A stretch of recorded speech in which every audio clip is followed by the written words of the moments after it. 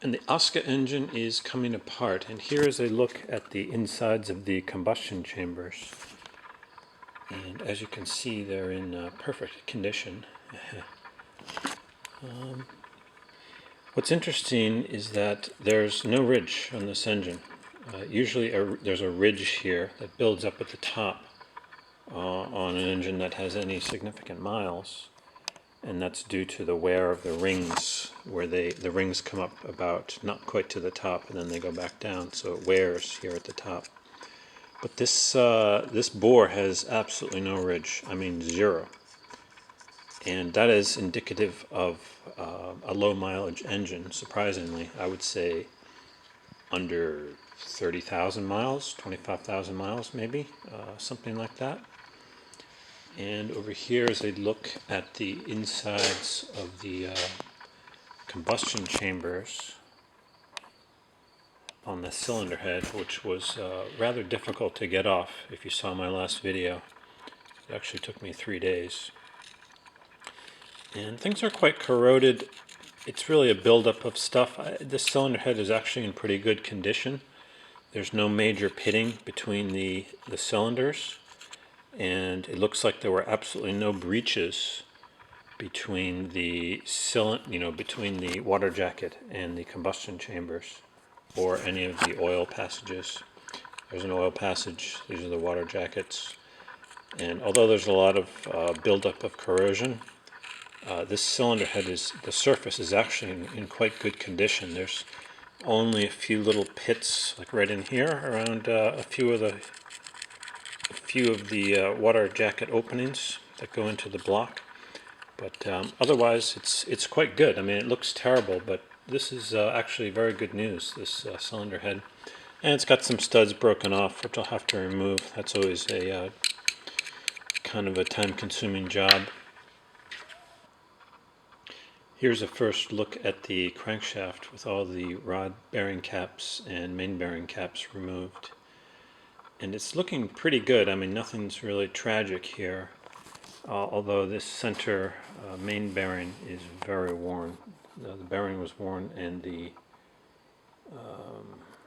crankshaft is quite worn. So that one looks like it's starved of oil, fortunately. So the crank is going to have to be cut.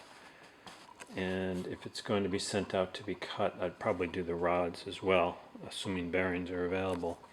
And this is the offending bearing shell, worn right through the light-colored babbitt, right into the tri-metal there down below.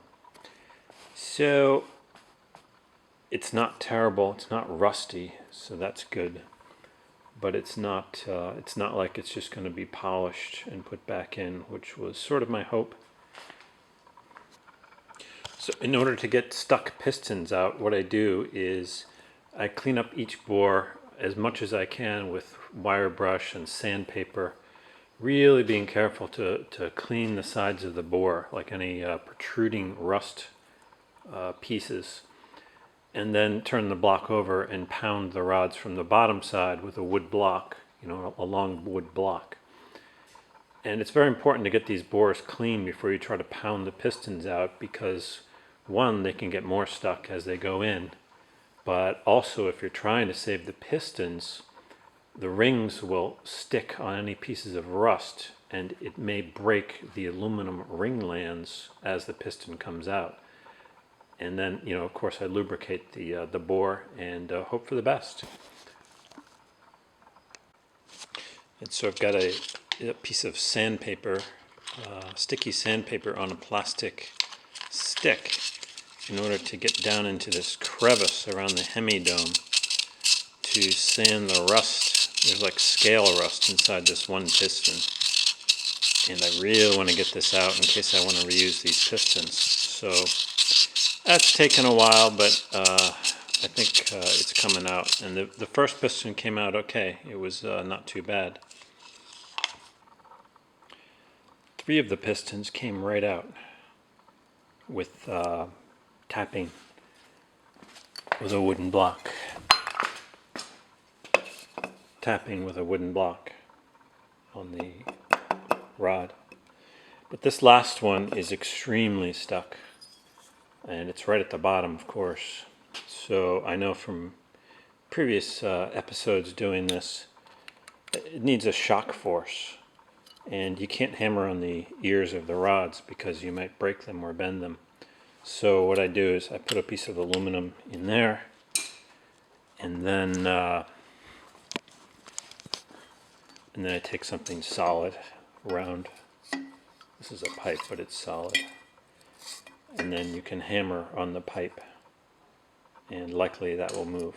It's the shocking force will move it.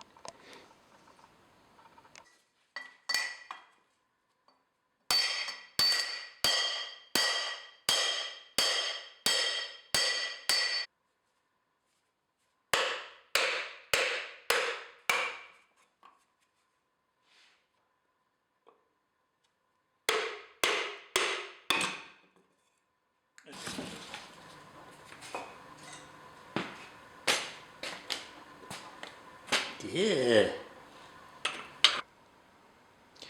Here I am drilling the core plugs out, which are these rather odd threaded core plugs, which are metric. They're M30 by 1.5 thread, and it's a very difficult size to find. I found two for sale in the United States. One is aluminum and the other one was brass. And luckily only two of the plugs are actually technically bad, like rusted right through, corroded right through. But I am looking for more. I might just do all of them. This is what remains of the first plug that I did. Sort of drill out the center and then tap the aluminum out of the threads so I don't hurt the threads. And the cylinder head is looking quite a bit better here. I'm cleaning up all the junk out of it, and it's not too bad.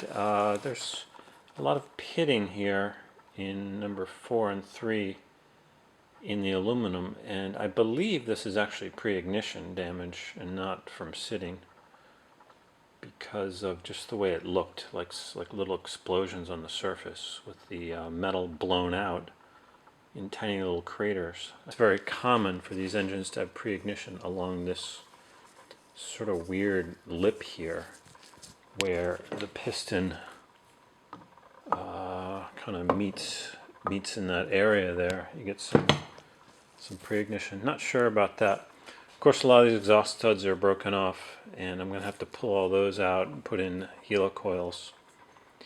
So definitely having a good time here with all of this, and I'll do a full engine tour once I have it all apart.